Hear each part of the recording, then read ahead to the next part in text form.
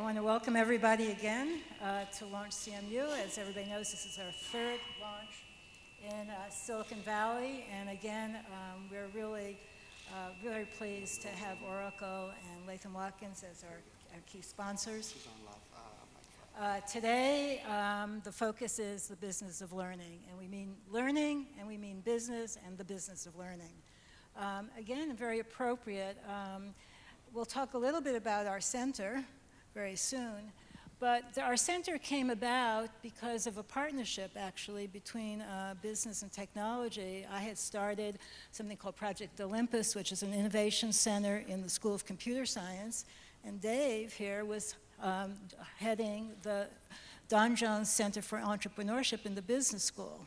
And 3 years ago, we were saying to each other, well, this is ridiculous to have two of us, doing things that are very related. We were working together all the time. So we partnered, and a business technology partnership, which turned into the Carnegie Mellon Center for Innovation and Entrepreneurship.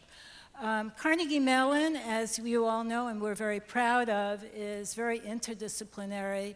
We think of ourselves as the most interdisciplinary campus or school on the planet.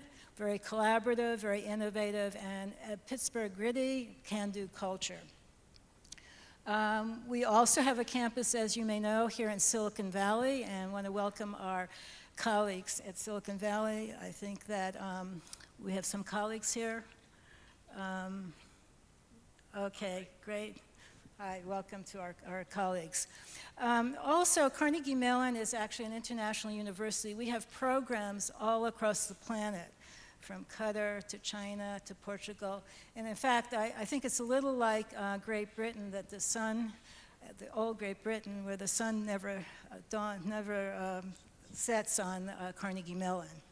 Wherever you are, it'll be daytime. I mean, daytime in Carnegie Mellon. Again, as I said, the Center for Innovation and Entrepreneurship started 3 years ago, mandated by the Board of Trustees at Carnegie Mellon, came out of a partnership between business and technology. But now we're very comprehensive and multifaceted. We represent every single school and college on campus. We are governed by a council of deans, so every single dean is on our council, and every single dean has appointed a faculty liaison to the center.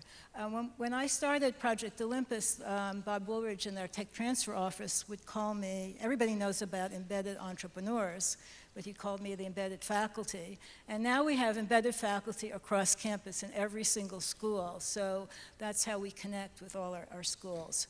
And those are some of our liaisons. We actually have an additional person as well.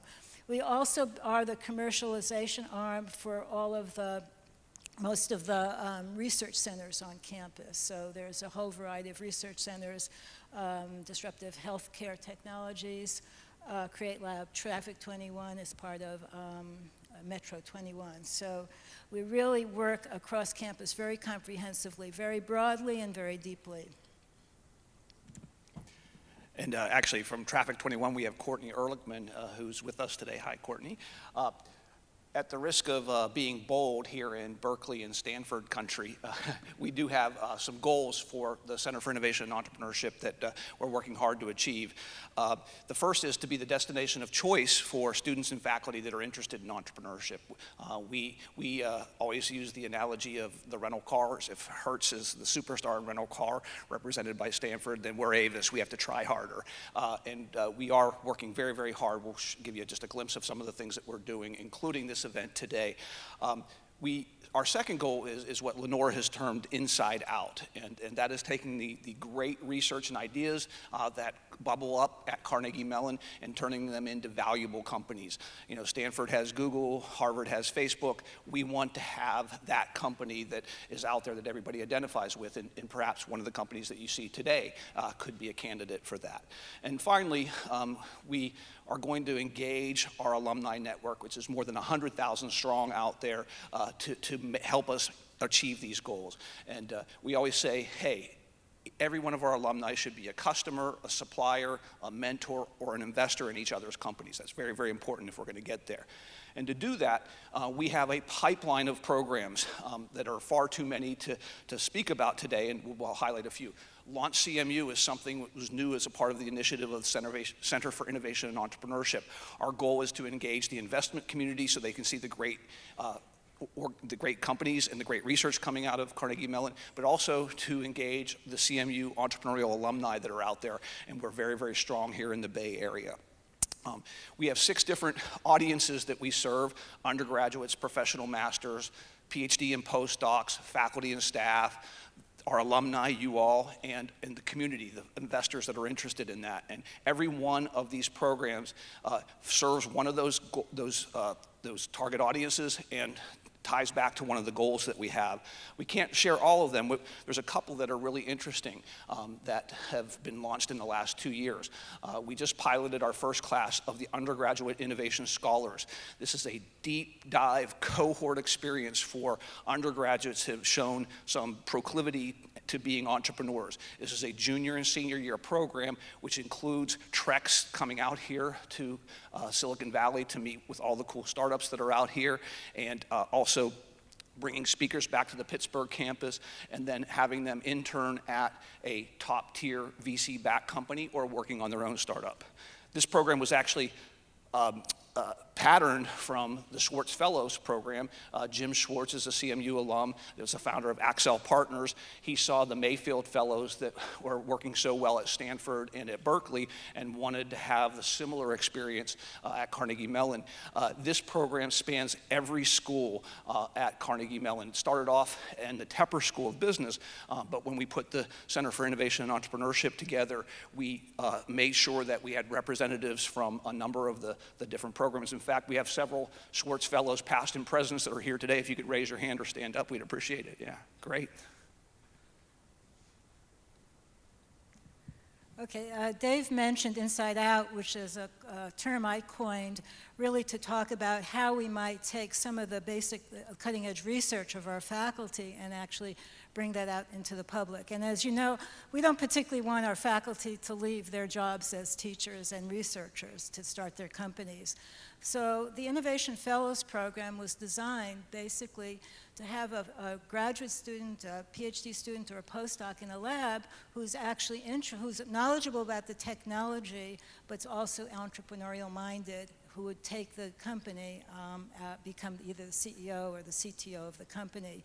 And we've just piloted the Innovation Fellows program, where we provide $50K to the faculty with a matching $50K to support this particular part of the program. We have an endowment now to support this, and we have started with 2, Molly Blank this year, and she has starting a company called Palpade, which you'll hear that's in the med field, and Jeff Zakarski, who is has a company called Data Squid, and he's our second fellow. We will be introducing 5 new fellows this year. So we see this as a really good way of actually expanding faculty's bandwidth in terms of commercialization of their research. So we're really excited about this program, and hopefully next year you will hear from some of these fellows.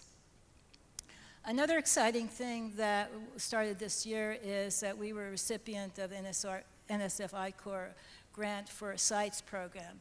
Now, I was telling Errol earlier, this was one program that a proposal that we put in that I was hoping that we wouldn't get, and we did get it.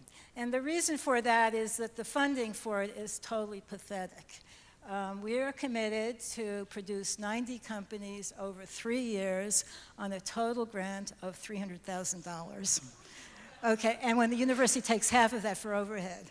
Okay, so you can understand why I was a little, hoping we wouldn't get it. But it's turned out to be actually one of the most exciting things we've done. And it's partly because we've already had the infrastructure through the center to do this. And what we've been able to do is we actually worked with 31, not just 30 companies this year, 31 new companies this year, and which span the whole university. So we have faculty and students coming from every single school, predominantly computer science, and as you can see in this chart, computer science and the engineering, but every single school is represented.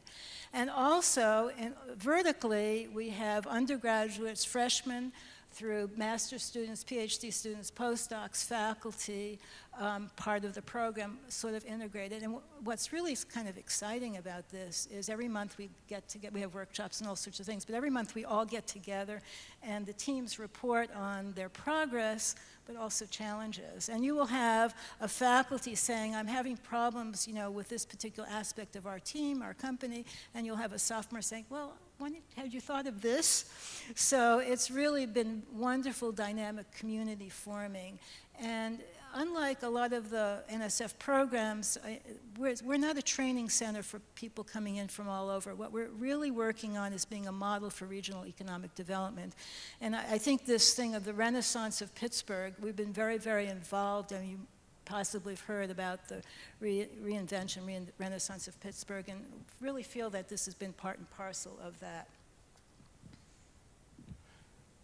We've had a lot of successful startups coming out of Carnegie Mellon in the last few years, and sometimes the word doesn't get out here to the Silicon Valley. So that's one of the reasons that we created this event, LaunchCMU.